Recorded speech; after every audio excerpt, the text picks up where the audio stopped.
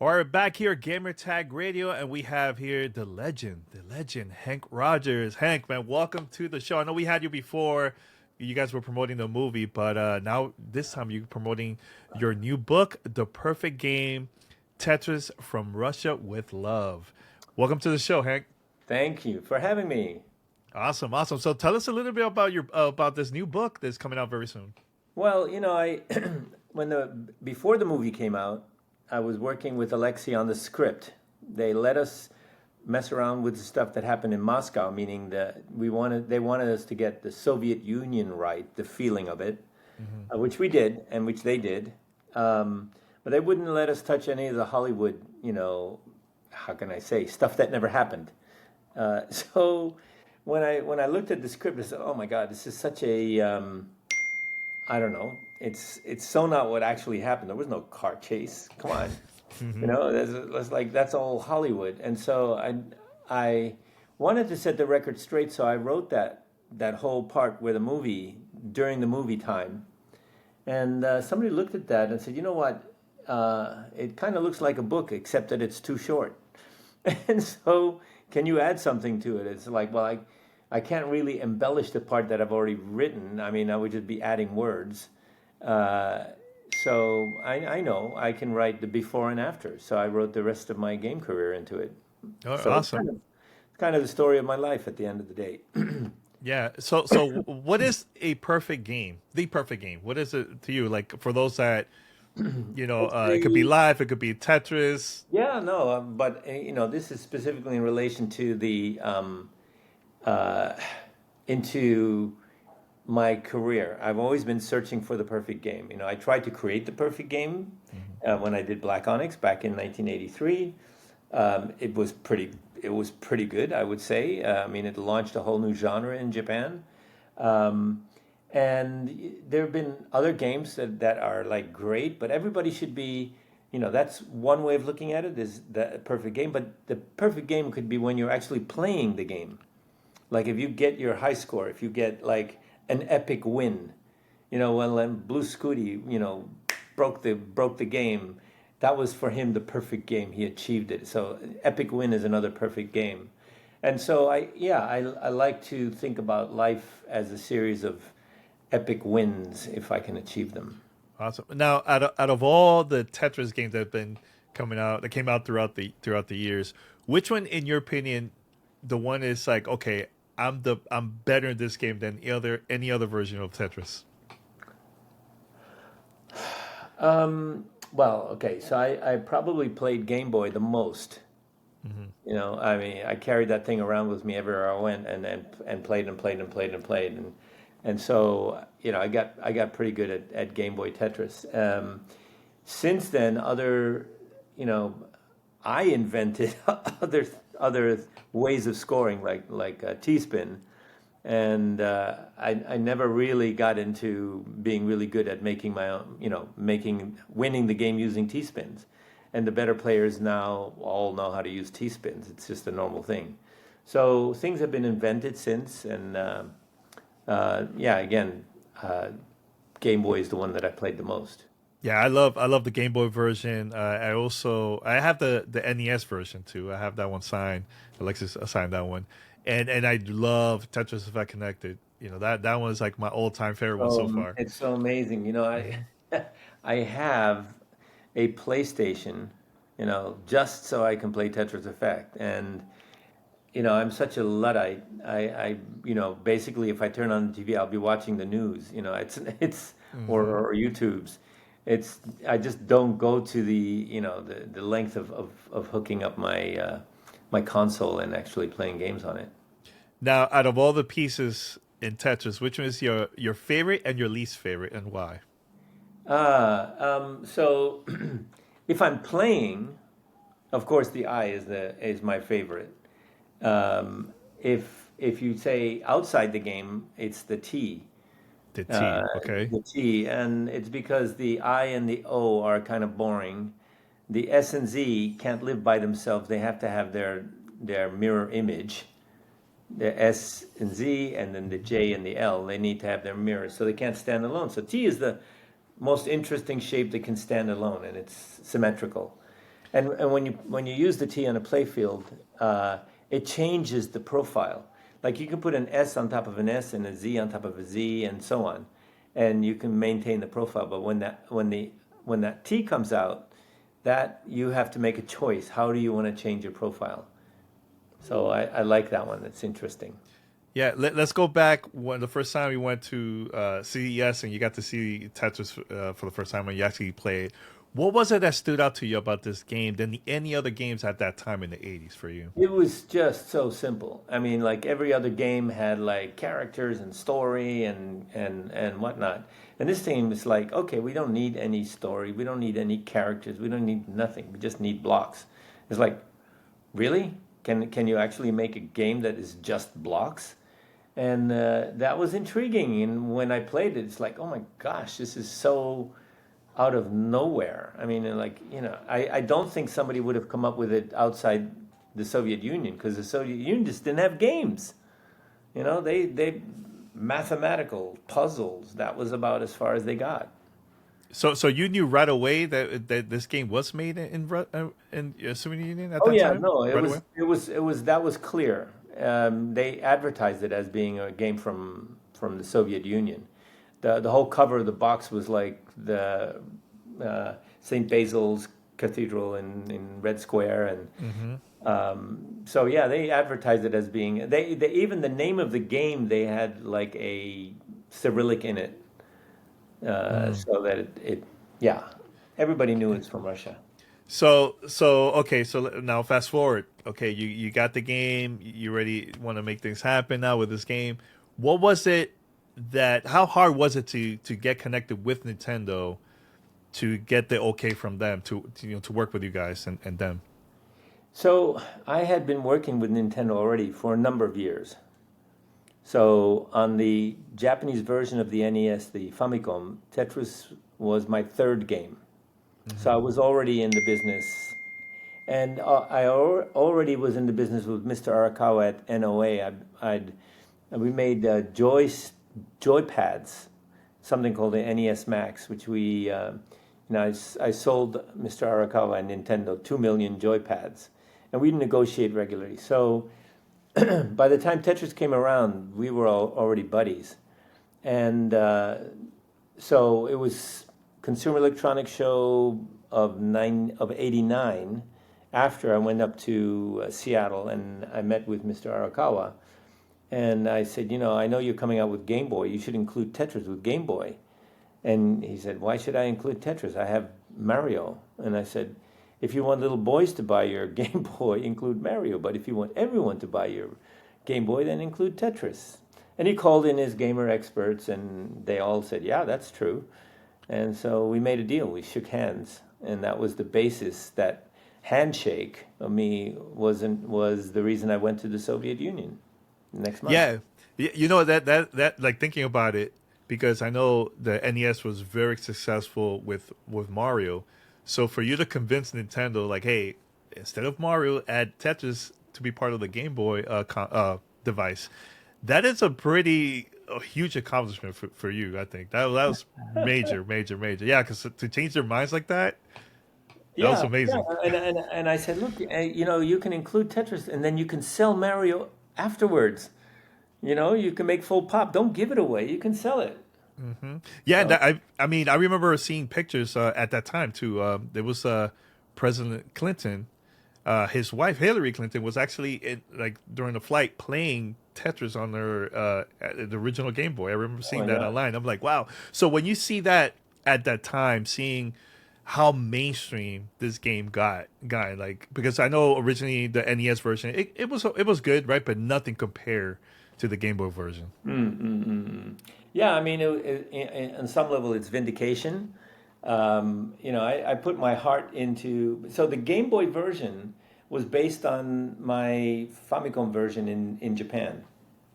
The way that um, the game is broken up into levels. You get a Hmm. break in between levels where it tallies the score, so you know why you got the 400s or the bigger points for the long piece. I wanted people to know that. And so, I mean, that's sort of the cadence of arcade games like Pac-Man or Galaxian, is you play for a while and then there's a break, and then you play for a while and then there's a break. So that carried into the Game Boy, and boy, did it work. Yeah, it's. I remember the first time because I was living in Dominican Republic, so my mom got me a Game Boy, it had Tetris, right? So I was like, man, I'm dying to play this multiplayer. So then finally, a friend of mine also got a Game Boy with Tetris. Let me tell you, when I played that game multiplayer for the first time with the link cable, my Yeah. mind was completely blown away. I'm like, oh my god!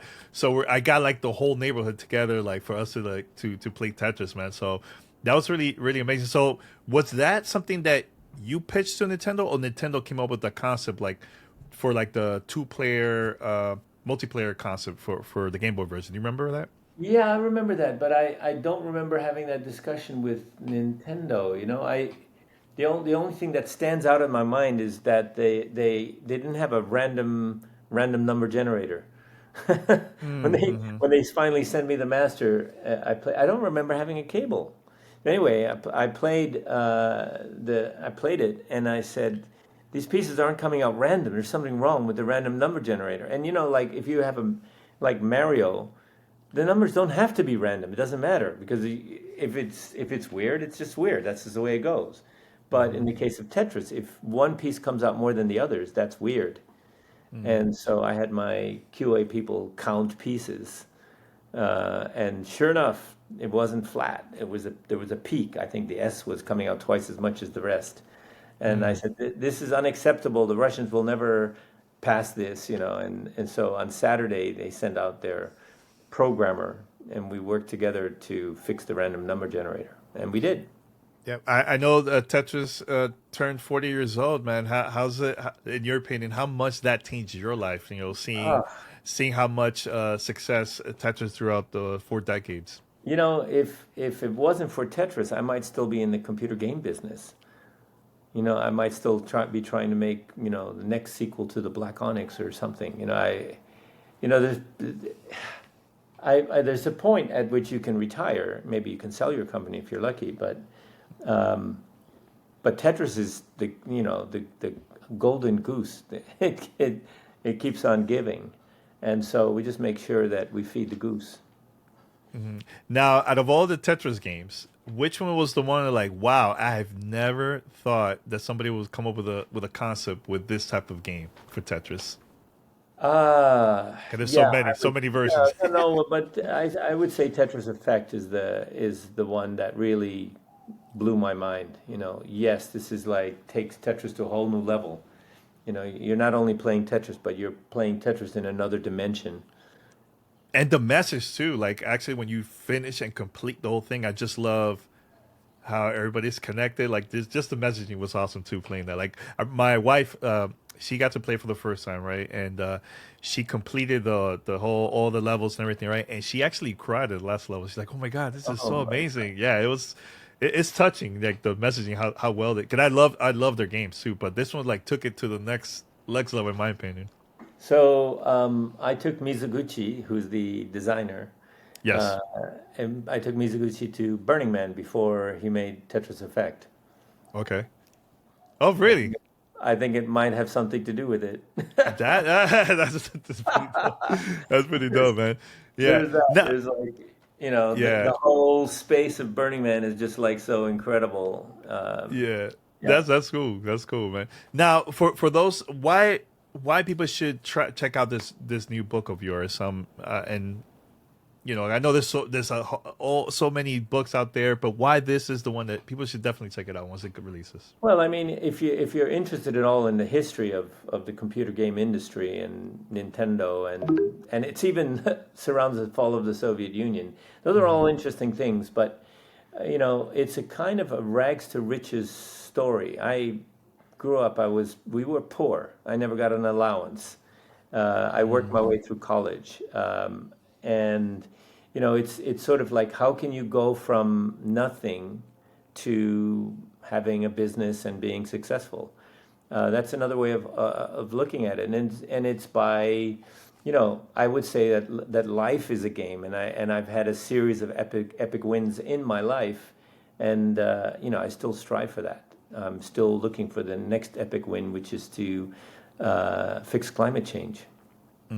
Do you still? I mean, I know you guys probably talk still. You and Alexi, like how important has been the relationship between you two guys Oh, throughout are the you years, kidding man? me? Like, if we're in the same, I lived in Seattle area for a couple of years during COVID. Hmm. Every other day, Alexi and I get together, bottle of wine. We pounded a lot of wine, man. And so we get together regularly. Um, and we've gone on trips together. We're this is the true definition of best friends forever. We shook hands on a deal in 1993, how I was going to help him with Tetris. That deal is still alive today. That Wow, handshake. I mean, wow. we've gone through lots of different companies and iterations on both sides and so on, but that handshake is still alive. That's how And, we, mhm. yeah. Yeah, I mean that all because you just showed up at CES and you saw the game there, right? All because of that. Well, Look how much it changed. you could say that. I mean, Well, I but that mean, what I'm saying, like, just like in life in general, like everything happens for a reason. I that's think you right. were you were at the right place, right time, That's right. I and fast mean, forward to now. yeah, and yes, and we're always at the right place at the right time. You just got to recognize it. Yeah, yeah, Some people appear at the right place at the right time, and then they don't take that opportunity. Like, yeah, if you're in that situation, go for it. What have you got to lose? yeah. Well, what you have to lose is your life could have changed if you didn't take that like jump. So go for it, whatever it is.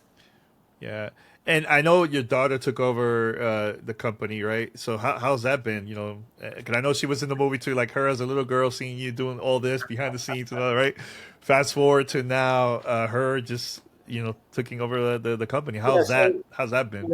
I worked for my dad for many years in the gem business, and I hated it. He never listened to me, and so when he died, the business fell apart. Nobody knew what was going on. It was all in his head, Hmm. and so I said to my kids, "Look, I'm not asking you to work for me.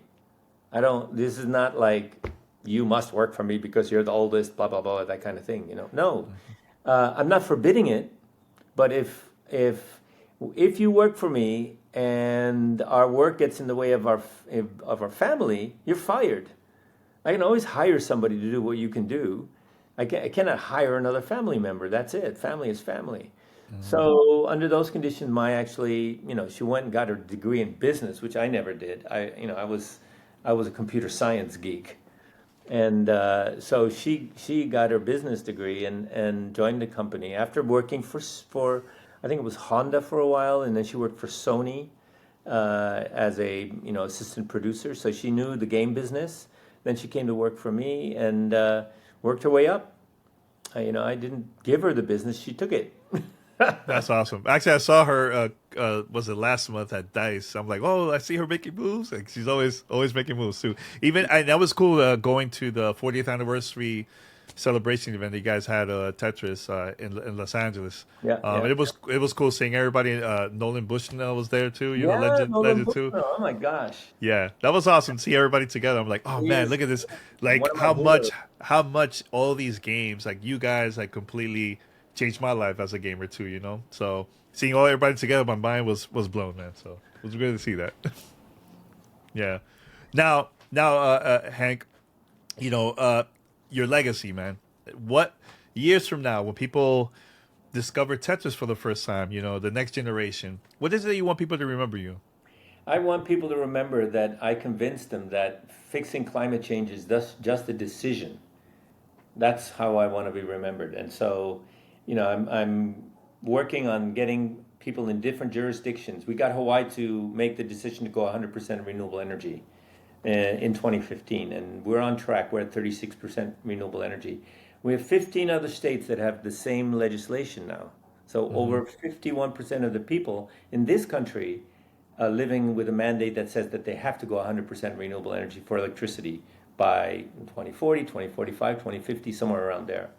And now we're doing it for the rest of the world, starting with island and island countries. So DR is going to be is on our list as one of the. What we do is we bring them to Hawaii, we show them what we did in Hawaii, we teach them how to do it. They ask all the questions, and then they go back and they do it in their home country. We bring someone from the government, someone from the utility, someone from the regulatory agency, and someone from the community. So 4 people, and basically we just give them the confidence to say, hey, you know what? Because before they come, they think it's impossible, and that's the way Hawaii used to think. It used to be impossible, but now, of course, we're doing this.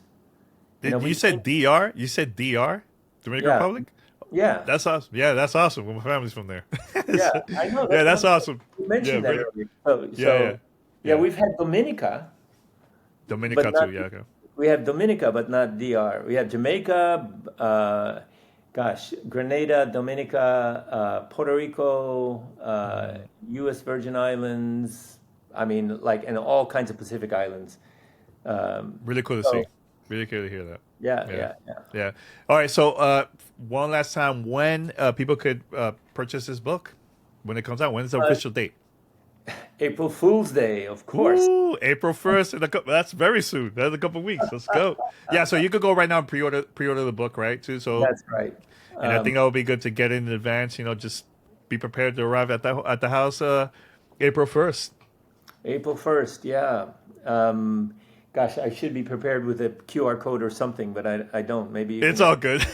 I'll put a link. On our site, on our podcast. No, Hank. I just want to say congratulations and good luck with the book. I can't wait to actually get a copy too, and much luck, man. We definitely will stay in touch because I still play Tetris to this day, man. I even have my copy. My copy is somewhere in the back. See right there? That's Tetris right there. Okay. There you go. I see it. Yeah. Don't be a stranger. Yeah, awesome. Thanks, Hank. Wait, by the way, where are you based? I'm in Los Angeles. Okay. All right. So it was easy for me to go to the event, the 40th anniversary. I'm like, oh, this is perfect. Right. I'm in town. I actually took my baby, my daughter. I took her over there too. Oh, nice. Yeah, we'll be there, I think, in June. Oh, for Summer Game Fest? Yeah. That week? Okay. Oh, definitely. Awesome. See you then. All right. Awesome. Aloha. All right.